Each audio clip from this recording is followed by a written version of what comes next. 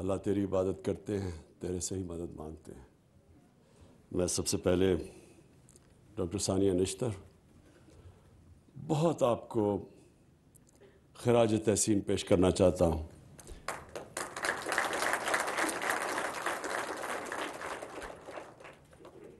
جس جذبے سے، جس محنت سے آپ نے سارے احساس کے پروگرامز کو ڈیولپ کیا، یہ کبھی بھی صرف کوئی نوکری پیشہ انسان نہیں کر سکتا۔ یہ وہ انسان کر سکتا ہے جس میں انسانیت کا درد ہو اور جس میں اللہ کے اوپر ایمان رکھنے والا انسان ہو، کیونکہ اللہ نے انسان کو جو اللہ کو سب سے زیادہ چیز پسند ہے وہ یہ کہ وہ جو انسان انسانیت کے لیے کیا کرتا ہے۔ ہمارا جو سارا آخرت میں جو فیصلہ ہوگا کہ ہمیں اللہ کدھر بھیجے گا، جو مالک یوم الدین ہے، جو انسان کا فیصلہ کرے گا، وہ صرف ایک چیز پہ اور چیزوں پہ بھی کرے گا، لیکن سب سے زیادہ وہ یہ ہوگا کہ آپ کو جتنا اللہ نے دیا تھا اس سے آپ نے انسانیت کے لیے کیا کیا۔ تو ثانیہ، یہ آپ کو بہت بڑا کریڈٹ جاتا ہے جس محنت سے آپ نے اور آپ کی ساری ٹیم نے، میں نے دیکھا کہ آپ کی ٹیم میں بھی وہی جذبہ تھا کہ ہم نے یہ ایک بہت بڑا پاکستان کی تاریخ میں پروگرام لے کے آئے ہیں، اور یہ ہمارا وہ جو روڈ میپ ہے ہمارا مدینہ کی ریاست کی طرف، اس راستے پہ ہم اب چل رہے ہیں۔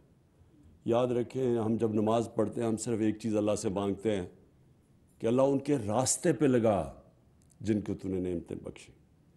ہم اس راستے پہ لگتے ہیں، کامیابی تو اللہ دیتا ہے، راستے پہ ہم لگتے ہیں، یعنی کہ ہم اپنے معاشرے کے اندر ایک انسانیت کا نظام لے کے آتے ہیں۔ انسانیت کا نظام کا مطلب کہ وہ طبقہ جو پیچھے رہ گیا ہے، یہ ریاست کی ذمہ داری ہے کہ ہم کیسے ان کو اوپر لے کے آتے ہیں۔ یہ مدینہ کی ریاست میں ہمارے نبی صلی اللہ علیہ وسلم نے کیا تھا کہ انہوں نے، جب پیسے بھی نہیں تھے، وہاں غربت بھی تھی، لیکن انہوں نے پہلے سے فیصلہ کر لیا تھا کہ جو بھی بیت المال میں پیسہ آئے گا وہ حکومت کے خرچے پورے کر کے وہ سارے نچلے طبقے کو اوپر لانے کے لیے پیسہ خرچ ہوگا۔ اور پھر دنیا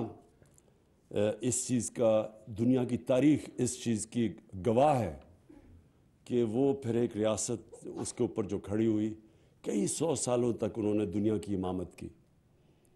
تو ہم اگر پاکستان وہ اتنا بڑا خواب تھا ادھر نہ پہنچ سکے، تو اس کی سب سے بڑی وجہ یہ تھی کہ ہم اس سفر پہ نہیں نکلے جس کے اوپر اللہ کا حکم ہے کہ مدینہ کی ریاست کا مطلب یہ کہ ایک تو قانون کی بالادستی، وہ بھی ایک بہت بڑی جنگ ہے مافیاز کے خلاف، ان کو قانون کے نیچے لانے کی، اور دوسرا کہ کیسے آپ نے اپنے نچلے طبقے کو اوپر اٹھانا ہے۔ اب احساس کے اندر سب سے پہلے کہ جو سب سے مجبور لوگ ہیں ان کو ہم نے پیسے پہنچانے تھے، اور ہم نے تب پیسے پہنچائے جب کرونا کی وبا دنیا میں تباہی لے کے آئی ہوئی تھی، کیونکہ لاک ڈاؤنز لگائے۔ لاک ڈاؤن کا مطلب یہ کہ سارا کاروبار بند ہو گیا۔ جب کاروبار بند ہوا تو سب سے زیادہ تکلیف کس کو ہوئی؟ سارے دنیا میں غریب طبقے کو، پاکستان میں نہیں۔ امریکہ جیسے جگہ پہ بھی جو امیر ترین دنیا کا ملک ہے، وہاں بھی سب سے زیادہ تکلیف غریبوں کو ہوئی، دہاڑی دار کو، جو پیسے محنت کرتا تھا، پیسے کماتا تھا دن میں، اور اپنے بچوں کو پیسے پیٹ پالتا تھا۔ وہ سارا جب ایک دم لاک ڈاؤن ہوا تو وہ تو بیچارے ایک دم ان کے پاس تو پیسہ ہی نہیں تھا اپنے بچوں کو کھلانے کے لیے۔ تو تب ہم نے یہ جو احساس کا جو ڈسٹریبیوشن کی، بالکل ٹھیک کہا گیا، یہ فیصل نے بھی بتایا کہ ورلڈ بینک نے اکنالج کیا کہ پاکستان وہ ملک ہے جس کا جو پروگرام احساس کا تھا وہ دنیا میں ٹاپ یا 3 یا 4 پروگرامز کے اندر مانا گیا۔ تو اس میں آپ کو بہت پھر سے میں خراج تحسین پیش کرتا ہوں۔ تو اب سب سے پہلے ہم نے وہ ان کو پیسے پہنچائے، جس سے جب اکانومسٹ کی سروے تھی نارمل سی انڈیکس، مطلب یہ کہ کون سا ملک سب سے پہلے اس نے اپنے معیشت کو بھی سنبھال لیا اور اپنے لوگوں کو کرونا کی وبا سے بھی بچا لیا۔ اس ٹاپ 3 ملکوں میں پاکستان تھا، اور اس کی ایک وجہ آپ کا احساس کا پروگرام تھا۔ دوسری چیز کہ دیکھیں، ہم 98% احساس کا پروگرام عورتوں کے ہاتھ میں جاتا ہے، پیسہ جاتا ہے ان کے ہاتھ میں۔ یہ کیوں ضروری ہے؟ میں یہاں کئی دفعہ سنتا ہوں کہ جی خواتین کے حقوق اور خواتین کے حقوق کی بڑی باتیں سنتا ہوں، لیکن جب تک ہم اپنی خواتین کو، بچیوں کو پڑھائیں گے نہیں، جب تک گھر میں جو ماں ہے اس کے ہاتھ میں پیسہ نہیں دیں گے تاکہ وہ بچوں کو بھی پال سکے، وہ پھر پڑھا بھی سکے، تو ملک تو آگے نہیں بڑھ سکتا، نہ خواتین کے کوئی حقوق آ سکتے ہیں۔ تعلیم سب سے زیادہ ضروری چیز ہے۔ جب آپ عورت کو تعلیم دے دیتے ہیں، وہ اپنا سارا خاندان اٹھا لیتی ہے، وہ ان کی صحت کا بھی دھیان سکتی ہے، ان کو پڑھا بھی سکتی ہے گھر پہ۔ میرا جو سب سے بڑا، میں جو اپنی اگر کسی کا شکریہ ادا کروں اپنی زندگی کا، کہ جس کی سب سے زیادہ محنت میرے پہ تھی، وہ میری والدہ کی تھی۔ اور میری والدہ کی اس لیے تھی، وہ پڑھی لکھی تھی، تو میں تو کھیلنے کا، مجھے تو بچپن سے شوق تھا، تو میں تو پڑھتا ہی نہ اگر میری والدہ مجھے بٹھا کے پڑھاتی نہ۔ تو جب ایک ماں پڑھی لکھی ہوتی ہے، وہ سارا اپنے گھر کو اٹھا دیتی ہے۔ تو اس لیے یہ جو ہمارا 98% پیسہ ہے احساس کا، یہ ہم نے عورتوں کے ہاتھ میں دیا ہے۔ اور پھر یہ جو ہم نے بچے جو اسکول سے باہر ہیں، اور یہ بھی ایک بہت بڑا ہمارا المیہ ہے کہ ہم نے کبھی توجہ ہی نہیں دی کہ ہمیں اتنے زیادہ تعداد میں ہمارے بچے اسکولوں میں نہیں جاتے، تو اس کے لیے بھی احساس کا یہ بہت زبردست پروگرام ہے۔ سٹائپنڈ دیتے ہیں، اور لڑکیوں کو زیادہ سٹائپنڈ دیتے ہیں کہ زیادہ ضروری ہے کہ لڑکیاں اسکول میں جائیں ہماری۔ پھر اسکالرشپس میں بھی اکثریت لڑکیوں کی ہے، اسکالرشپس جو ان کو ملتی ہے، کیونکہ ہم سب کو احساس ہے کہ جب تک ہم اپنی خواتین میں انویسٹ نہیں کریں گے، یہ ملک اوپر نہیں آ سکتا۔ تو یہ بھی ایک یہ ہمارا دوسرا۔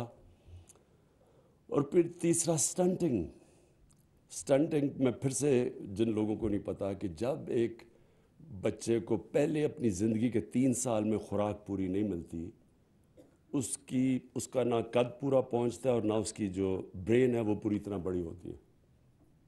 یہ اتنا بڑا ظلم ہے کہ ایک بچے کو آپ پہلے سے زندگی کی ریس میں پیچھے چھوڑ دیں، صرف اس لیے کہ ہم اس کو خوراک نہیں پوری دے سکتے، اور یہ کبھی کسی نے اس کے اوپر توجہ نہیں دی۔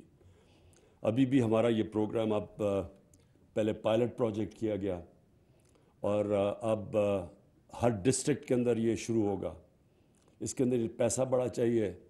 ہم انشاءاللہ، میں آپ کو سب کو، یہ میری اپنی قوم سے وعدہ ہے کہ جیسے جیسے آپ ہمیں ٹیکس دیتے رہیں گے، اور ہماری ٹیکس بڑھتا جا رہا ہے، اللہ کا شکر ہے، ریکارڈ ٹیکس ہے پاکستان میں اس وقت۔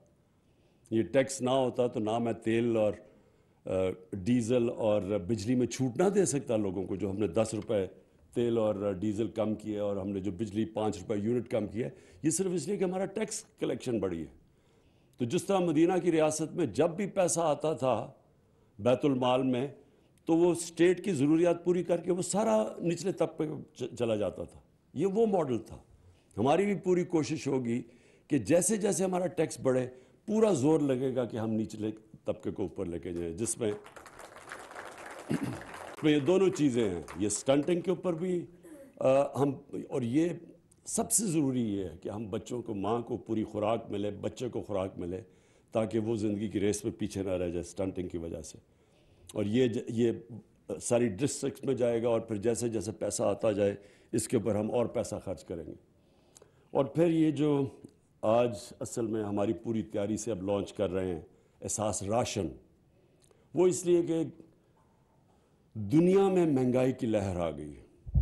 یہ میں آپ سب کو یہ سمجھانا چاہتا ہوں کہ یہ صرف پاکستان میں اتنی مہنگائی نہیں ہے، پاکستان بلکہ دنیا میں ابھی بھی سستا ترین ملک ہے۔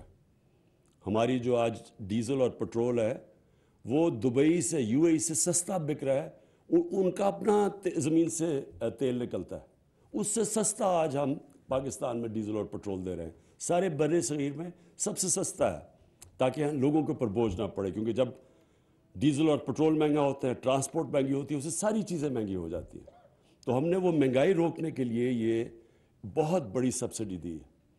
اور اب یہ جو احساس راشن ہے ہمارا, اس کا مقصد ہی صرف یہ ہے کہ 2 کروڑ خاندان کو 2 کروڑ خاندان کو ہم یہ دیں گے کہ احساس راشن سے وہ کریانہ سٹور میں جا کے, یوٹیلیٹی سٹورز پر جا کے 30% آٹا, گھی اور دالوں کے اوپر وہ ڈسکاؤنٹ لے لیں, یعنی 30% کم پہ ان کو ملیں گی اگر وہ یہ ہماری احساس راشن کے اندر رجسٹرڈ ہیں, جو کہ 2 کروڑ خاندان ہیں. یہ بھی مقصد یہ ہے کہ لوگوں کے اوپر یہ جو بوجھ مہنگائی کا ہے وہ لوگوں کے اوپر ہم کم کریں. اور پھر میں وعدہ کرتا ہوں کہ انشاءاللہ جیسے ہی ہمارے پاس ٹیکس بڑھتی جائے گی, ہماری پوری کوشش ہوگی کہ ہم اور مدد کریں اس طبقے کی جو اس وقت مہنگائی کی لپیٹ میں ہے. اور پھر جو ہمارا ہیلتھ کارڈ ہے, یہ اتنا بڑا پروجیکٹ کہ ہر خاندان کو, اور یہ جو صوبے تحریک انصاف کے ساتھ ہے, سوائے سندھ میں ہر خاندان کو انشاءاللہ اس مہینے کے آخر تک ہر پاکستان کے خاندان کو ہیلتھ کارڈ ملے گا, جو کہ 10 لاکھ روپے کی ہیلتھ انشورنس ہے. یہ اس لیے ضروری ہے کہ ہمارے غریب گھرانوں کے اندر کئی دفعہ بیماری ہوتی ہے, بچے بیمار یا ماں باپ بیمار, تو صرف اس لیے علاج نہیں کروا سکتے کہ گھر میں پیسہ نہیں ہے. اب اس سے یہ جو احساس, یہ جو ہمارا ہیلتھ کارڈ ہے, یہ کسی بھی ہسپتال میں جا کے ایک پاکستان کا غریب خاندان اپنا علاج کروا سکتا ہے. اس کا مطلب کہ پرائیویٹ ہاسپٹلز میں جا سکتے ہیں, جہاں آج تک ایک غریب گھرانے میں کوئی سوچ بھی نہیں سکتا کہ پرائیویٹ ہاسپٹل میں جائے. مجھے ڈاکٹرز ہاسپٹل کے کوئی مہینہ پہلے ڈاکٹرز ہاسپٹل کے چیف ایگزیکٹو نے ٹیلی فون کیا اور کہا مبارک کو پہلی دفعہ ہیلتھ کارڈ کے اوپر ہارٹ ٹرانسپلانٹ کیا ہم نے ڈاکٹرز ہاسپٹل میں, پرائیویٹ ہاسپٹل میں. تو انشاءاللہ یہ ہمارا سب سے بڑا انیشیٹو ہے. اور یہ آپ کو, کیونکہ میں تو ساری دنیا پھرا ہوں, آپ کو حیرت ہوگی کہ یہ پیسے والے ملکوں کے اندر بھی یونیورسل ہیلتھ کوریج نہیں ملتی. امیر ترین ملکوں کے اندر بھی ہر کسی کے پاس گورنمنٹ مفت ہیلتھ انشورنس نہیں دیتی, یعنی پیسے دینے پڑتے ہیں ہیلتھ انشورنس کے لیے. یا ہم سب کو مفت ہیلتھ انشورنس دے رہے ہیں. اور وہ اس کا مقصد آخر میں یہ ہے میرا کہ ہمارا ملک وہی مدینہ کی طرز کے اوپر ایک فلاحی ریاست بنے. فلاحی ریاست ایک سب سے مہذب معاشرہ, میری جو زندگی کا تجربہ ہے وہ ایک فلاحی ریاست ہوتی ہے. میں جب اسکول میں تھا تو میں جب برطانیہ گیا پہلی دفعہ, تو زندگی میں پہلی دفعہ میں نے ایک فلاحی ریاست دیکھی. تو وہ مجھے کبھی میں وہ بھولا نہیں کہ کس طرح وہ انسان کی زندگی کی قدر ہے وہاں, اس کو کس طرح پروٹیکٹ کرتی ہے ایک ریاست. تو وہ, اور پھر ہمیں پتہ چلا کہ یہ تو مسلمانوں کی مدینہ کی ریاست سے ساری دنیا میں پھیلی ہے فلاحی ریاست. پھر ہمیں پتہ چلا, ہم سمجھے کہ یہ مغرب میں ایجاد کی گئی ہے, یہ مسلمانوں نے فلاحی ریاست پہلی دفعہ شروع کیا تھا دنیا کی تاریخ میں. اور ہمیں افسوس سے کہنا پڑتا ہے کہ آج مسلمان دنیا میں بہت کم ملک ہیں جو کوشش بھی کر رہے ہیں فلاحی ریاست کی طرف جانے کے لیے. تو میں آخر میں ثانیہ آپ کو اور آپ کی ٹیم کو آج اپنے ملک کی طرف سے خراج تحسین پیش کرتا ہوں.